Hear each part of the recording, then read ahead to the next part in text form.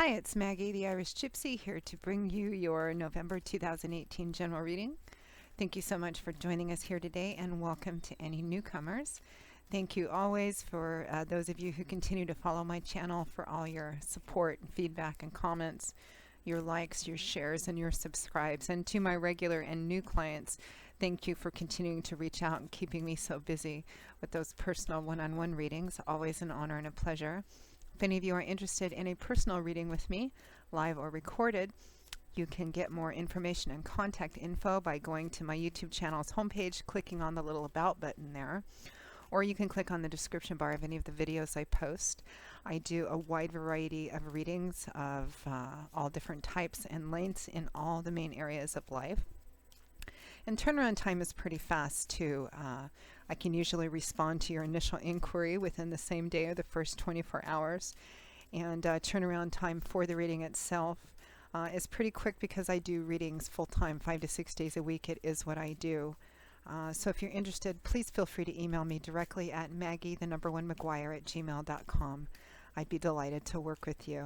You can also find me on the smartphone app Instantgo under Irish Gypsy. That link is also provided. That's for quick, easy answers to the quick, easy questions. But for in-depth or the traditional readings, just send me an email and we'll set something up for you. So let's move right into this. This is for the air sign of Gemini, or twins, for the month of November 2018. If you know your rising and moon sign, you can watch those as well for additional clarification. General readings always vary a little bit for everybody watching. Sometimes your other signs may play out a little more predictively for you. Okay, Gemini, let's see what's in store for you for November 2018. Okay, Gemini, we begin with the High Priestess, followed by the Five of Swords. We have the Four of Pentacles, followed by the Ace of Pentacles. We have the Ten of Pentacles, followed by Strength, and the Queen of Pentacles, followed by the Ten of Swords. From the bottom of the deck, your overall energy and guidance. Focus for the month of November 2018 is the Page of Pentacles. Lots of pentacles, Gemini. We have 1, 2, 3, 4, 5 Pentacles cards here. 2 swords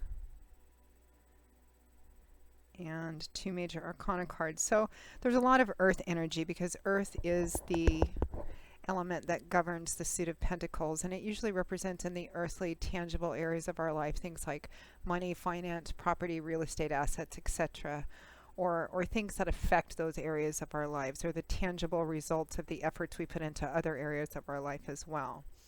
So it looks like you're just beginning to come to a deeper understanding and awareness of the outcome or consequences of something, or how something works, how something is actually going to work, or how much effort it's going to take to actually make something happen or to get through something, which is what your crowning card from the bottom of the deck, the Page of Pentacles, representing overall energy. Pages can represent messages and messengers. You may be getting messages about the area of our life that deals with, you know, the earth energy part of your life, school, money, finances, property, you know, assets, job, things that we can see and touch and feel. Pages always have a young, fresh, introductory energy. They can be about beginning a new path of learning because they can represent students or apprentices, people who are just starting out. The Page of Pentacles is just at the beginning of the path of coming to a deeper understanding and awareness of what it actually takes to make things come together in a real world practical way, or understanding the practical consequences or outcome you know, that's happening, or what it actually takes, what kind of effort it's going to take to make something happen or to get through something. So that's the overall energy for the month. Now we begin, although I am doing the November generals in the last few days of October, and I typically pull 2 cards per week, but as you always know, timing is always fluid, and in a general reading, because there's so many of you watching, It can really vary. It might be happening in the recent, some of this might have already started happening for some of you. It might be ongoing or still coming in the month of November. So we begin with the High Priestess and the Five of Swords. So the High Priestess is about paying attention to your insights, your flashes of intuition, any repeating dreams you might be having, any flashes of inspiration or recurring ideas or themes that may seem to come out of nowhere because they may be coming from divine source, God, Spirit, your angels, and guides, which is what the High Priestess does. She allows herself to be connected in trust and faith to her source of source, God, Spirit, your angels, and guides. She trusts that she's on the right path, and she allows her intuitive sense to guide her and help her make decisions. I call it intuition or intuitive reasoning. It's our conduit to spirit. It's how we get kind of messages and guidance and inspiration. Some people call it gut instinct. Some people call it their higher self. So it's about paying attention to that, particularly at the end of October, beginning of November. What's that about? Well, what clarifies the High Priestess is the Five of Swords, which is a card that represents a hard-won victory. You can see that the man on this card has just finished a battle or a challenge of some kind. His opponents or foes are on the ground behind him, and he's gathered up all their weapons, and he's holding his own aloft in victory because he has won. But the colors, it's still kind of a murky, somewhat bleak card. He looks tired, worn out, exhausted, is bleeding from a little cut on his forehead. This has not been an easy fight, an easy battle, or an easy challenge. He's worked long and hard to achieve this victory. And technically it's a victory, and I say technically because typically what accompanies the Five of Swords is the question, is something worth continuing? Is a fight worth continuing to invest in? Has a fight been worth it, or is a fight or a battle or a challenge worth it? Meaning coming out on top, having the last word, being right, winning. Sometimes I see this card come up in business or job when someone is so driven and so ambitious to get ahead that he may step on people in climbing up the ladder, which we don't want to do because it has karmic consequences on our way down. It can represent in relationships. The people on the ground behind him can represent, relationships, that winning this victory may come at the cost of personal relationships or conflict within relationships with other people. And is it worth it? Being right, having the last word. Sometimes the answer is yes. Sometimes it's no. Sometimes we need to fight a certain battle and come out the other side of it, and that may mean that in the course of that challenge, we may, lose people. Whether it's worth it or not, it's really up to you to decide. So I think that for some of you, at the end of October, beginning of November, if the energy of whatever this battle or this challenge is still present, or you're just heading into it, or you're in the middle of it, or it's just ended, ask yourself, ask your higher self, your intuitive sense, is this worth it? Is, winning, whatever that might mean in this situation, is it really worth it? And this may mean, there's so much earth energy here. I feel like for a lot of you, this reading is about or manifesting in the area of your life which deals with practical, tangible things. And although it may affect, relationships in your life as well. And some of you maybe have had some conflict with people in your job or work atmosphere, or with other relationships in regards to perhaps money issues, or something of that sort. Now, next to that, we have the Four of Pentacles and the Ace of Pentacles. So the Four of Pentacles is a card of holding on. Now, in terms of money and finances, this would represent being frugal, being economical, no emotional or impulsive spontaneous spending, holding on, saving money as much as you can, being very smart or practical about dollars and cents and material things. In an emotional way, this can represent holding on very tightly, maybe too tightly, or being very closed off and guarded. Now, what clarifies it is the Ace of Pentacles. So aces represent the number one, so they always represent the start of something new, a new beginning, a new opportunity. And this is a tangible new beginning, or an opportunity for a tangible new beginning. Often a card that comes up for moving, relocating, starting a new job. Sometimes it represents receiving a sum of money that enables you to have a practical new beginning, or the opportunity for a new beginning as well. Some of you may be saving up to move, saving up for a new home of some kind. Some of you may have just recently moved or relocated or starting a new job, so you're having to be very careful with your money. Some of you, this may be advice to hold on to your money and to save everything that you can, because you're saving towards a new beginning of some kind. You could be saving up for a important thing, practicality, car or home or something of that kind as well. Now next to that we have the Ten of Pentacles followed by strength. So tens in the tarot represent cycles ending, or something coming to a completion point where it ends and you move on to something different, or it ends and you begin a different phase of it. The Ten of Pentacles has a strong connection to home and family as well. It can represent family home, family money, family business, family estate. Something that has been established for quite some time, and a lot of time and effort and patience and hard work went into building up what is a current sense of abundance. Initially, this used to be called the inheritance card. And what does inheritance really mean? It means a present sense of abundance or stability and security, but it comes from everything that went into it, the long, slow accumulation and weight of history and time and effort. It can represent perhaps successful retirement or completion of some kind, maybe paying off your home. It can represent like a long-term relationship or marriage, retirement. It can represent an actual inheritance issues as well.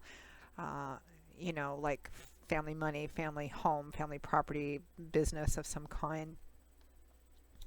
What clarifies it is strength, the major arcana card of strength, which represents the strength that it takes to actually face your fears, your doubts, your insecurities, your worries and anxieties, face what the source of those is, take control of those, master what you can. It can also represent wrestling with your demons, which, this line is representative of that. And that may mean, strength can also represent mastering the art of self-control, mastering temptations and vices. We may have a tendency to overspend or emotionally spend, or not be wise or practical about our money. And I feel like there's a kind of a strong effort or a strong theme for the month of November, Gemini, in paying attention to your money, paying attention to your finances. But deeper than that too, there's a sense of paying attention to what you're building up for your future, saving up for something.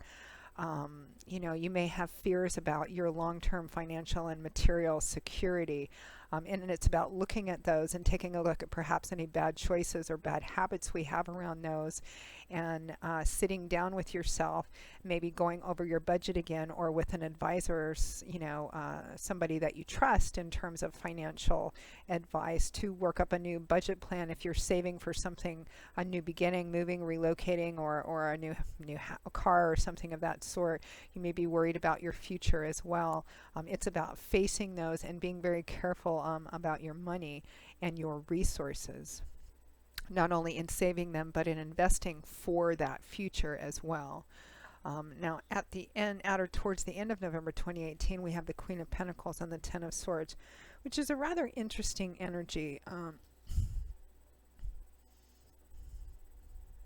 I almost feel like it's more connected to the beginning of the month with the High Priestess and the Five of Swords, because of this hard-won victory that may have come at the cost of a personal relationship or leaving relationships behind. You could also, because it looks like it involves another perhaps earth sign person or another person, this could be a spread that denotes, divorce or separation as well. And there's some sense over, maybe moving, relocating, selling the home, What do I do, about my long-term future if, we were a couple and now we're not, and how does that affect my long-term future in terms of money and the house and stuff like that as well. So some of you, it might be that's going on, which is why maybe the overall energy for November is that you're just beginning to be aware of what it's actually going to take, or what the actual practical realities are of this situation.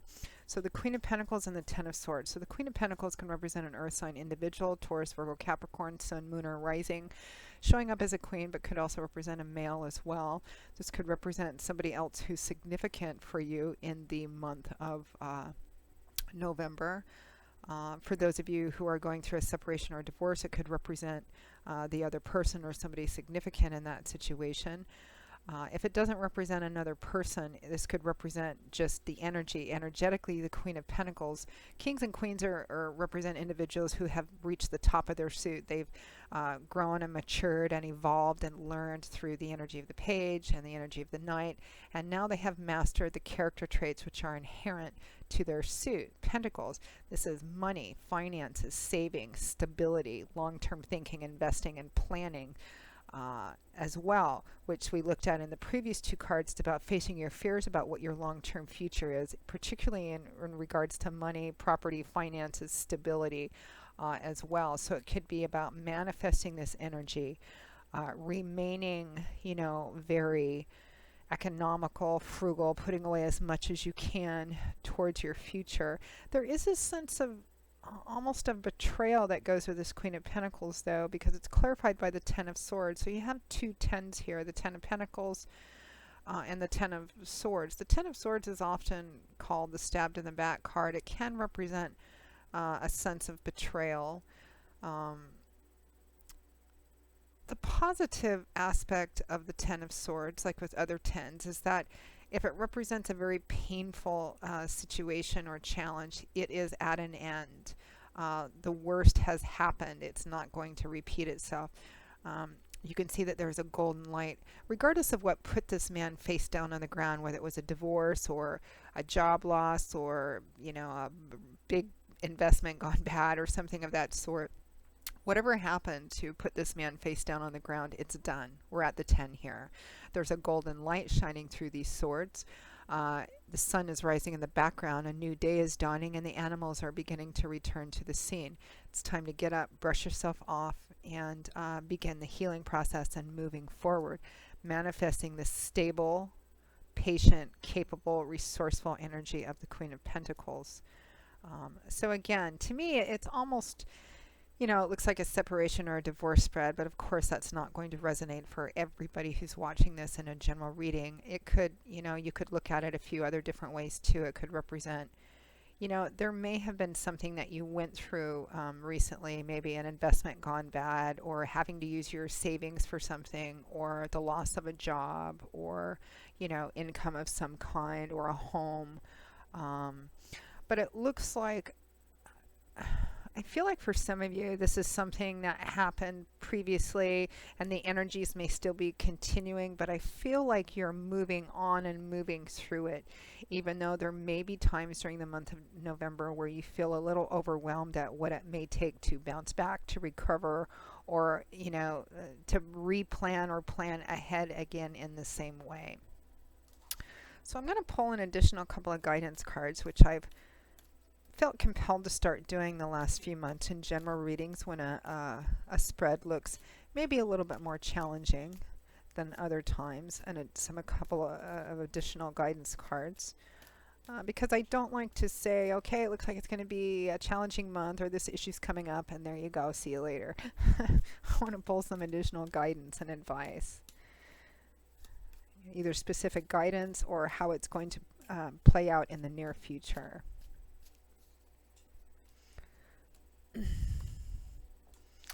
Okay, we have the Sun, lovely, and the Seven of Wands, great. The Sun is great. It is one of the most powerfully influential cards in the tarot, particularly in its positivity. And when you think about the actual sun, when it comes out, it shines over everything. Nothing is hidden under the light of the sun. It automatically represents uh, a deep breath of relief, previous energies or restrictions loosening up or even letting go. Kind of a winter into spring, darkness into light, sickness into health kind of energy. There's always an uplifting of the spirit and energies when the sun comes out. And when it comes out in a spread, it's so influential. It's a major arcana card, so it affects everything in the spread. And when the sun comes out, it can boost any positive energy in the surrounding cards and can lessen and even negate challenging or negative energy or issues that are showing up in the spread as well. So definitely an alleviation of anything negative going on. And then the second card I pulled was the Seven of Wands, which is a card about holding fast, defending, protecting, guarding, holding fast, holding the line. Holding on to what you have, invested in, finding a way to hold on to that. And all is going to work out quite beautifully in the end. Although for some of you, this energy may not be coming in until the end of November or in December, but definitely looks quite good. So Gemini, that pretty much wraps up your reading for November 2018. I hope you enjoyed it and found it helpful. Again, if any of you are interested in a more personal one-on-one reading with me, you can get more info and contact details by going to my YouTube channel's homepage, clicking on that little About button, or you can click on the description bar of any of the videos that I post. Please feel free to email me directly at maggie1mcguire@gmail.com. I'd be most happy to work with you and set up a reading as quickly as possible. I do love and romance readings, of course, relationship compatibility charting, reconciliation possibilities. I do career work and finance as well as investment readings, channeled messages from passed on loved ones as long as there was a strong connection. And I also do 6 and 12-month overviews, which take a look at what's coming in all the main areas of your life over the next 6 or 12 months, depending on how far ahead you want to look. And those seem to be particularly popular around this time of year, the last couple of months of the year. Although you can do them any time of the year, a lot of people like to get the overviews as we're looking at the end of one year and the beginning of another year. And gift readings as well, which are also popular during the holiday season. Personal readings as gifts for friends, family, and loved ones. So something to consider. If you're interested in any of those, just send me an email and I will get back to you within the same day or the first 24 hours of your inquiry generally. So Gemini, I will see you all again in a couple of weeks for the November 2018 mid-month readings. And until then, as always, I wish you joy, peace, blessings, and a happy life. Take care and I hope to see you back here again soon. Bye-bye.